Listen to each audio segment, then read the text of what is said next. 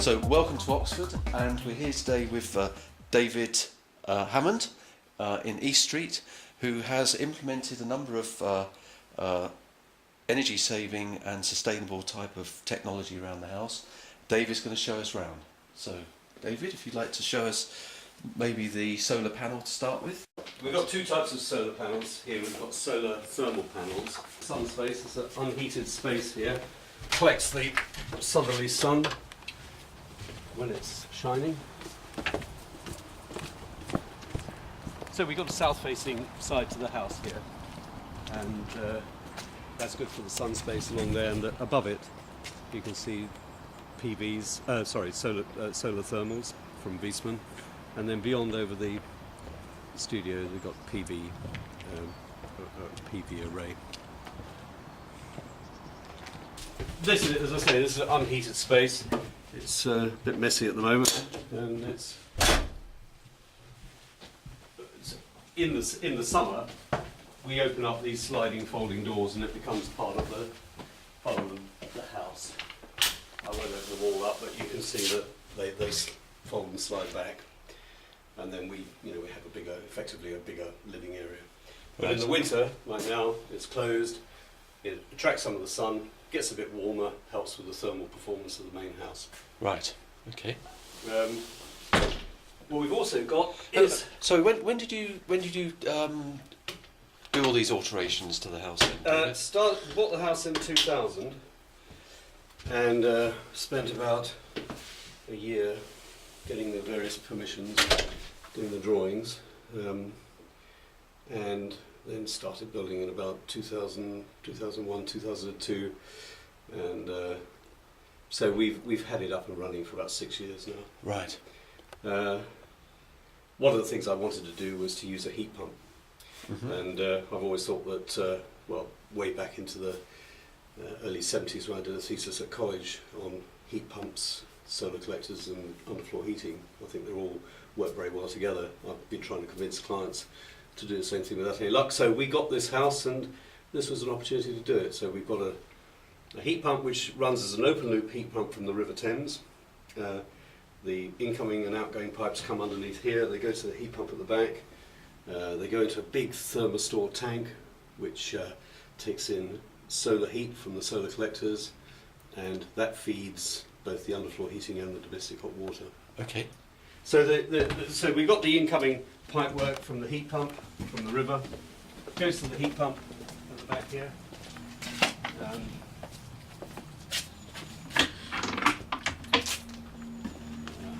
which it also uses a cupboard for storing various things. But that's the heat pump. It's just like a rather robust looking fridge. Works like a fridge.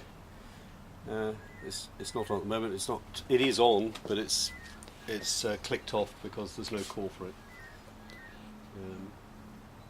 So what are you using for heat at the moment then? Well, the underfloor heating's provided by the heat pump has reached temperature. Oh, okay. So it's reached. So it's actually now switched off. Switched off.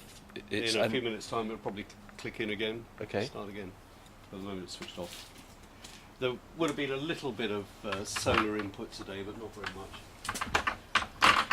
And the idea of the system is that the solar input takes precedence, so that first of all, the solar collectors feed the big tank, and then if there's not enough heat, the heat pump clicks in, which of course there isn't most of the time during the winter.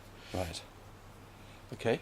On top of the studio, there's PVs, and that's a 1.1 kilowatt array, and really that was done to kind of to justify obviously the heat pump runs on electricity. It's an all electric house. The only gas is to provide cooking, very, very small. So it's virtually an all electric house. So we thought we needed to put some electric back in to the system in order to justify the heat pump. All our electricity comes from good energy, so it's all from a renewable source anyway. Right. But we thought we would generate some electricity ourselves. And the way that works is when it's sunny, I get some use of it in the studio. Anything left over, which there usually is used in the house, and then the surplus is sent back to the grid. Right. And so, how much is your sort of overall bills, if you like, in the year compared with a house that Well, wouldn't have all this technology yeah. put in? Barbara's done the numbers, and apparently she's come up with the fact that we are. I can't give you the exact figures, but we are something like 38% of a normal house of this size. So we use Right. 38% of the energy of a normal house of this size, Right. um, and we're hoping to improve that. Right. What sort of ideas have you got for improving? Oh, one particular idea I've got is to try and preheat the water a bit, going from the open loop Thames into the heat pump, and I really just need a bit of funding to do that. Because it's open loop, the source temperature is not quite so consistent as with a borehole or slinkies. It does vary, obviously, the time of the year. And what I would like to do at certain times is to preheat it, solar preheat the water coming into the heat pump. It's a bit of a novel idea, but I just want to. So again, try it through solar panels on the roof to achieve an that? extra dedicated solar panel, just to heat a tank in the ground here, Right. preheat it to the heat pump. Okay, so instead of going to the Thames then to pick the water from there, it would pick the heat out of the tank that you Well, have it would under be the floor? same water, because most important thing is you've got to have a certain amount of flow through the heat pump. Right.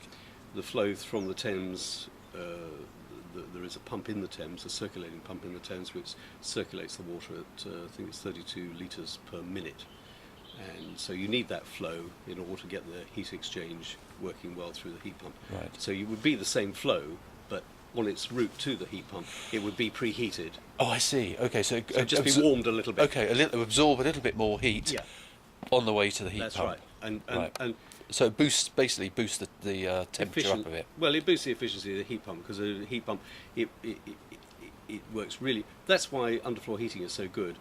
The efficiency of the heat pump is hugely improved if the source and sink temperatures are very close together. So Right. the lift is very small. They call it a lift. So the difference between the temperature of the water you're taking in and the temperature of the water you're putting out for underfloor heating, if that difference is quite small, then Yeah. the heat pump is very efficient. Right. And so what I'd be trying to do would be to try and lift the source temperature. a Right. bit.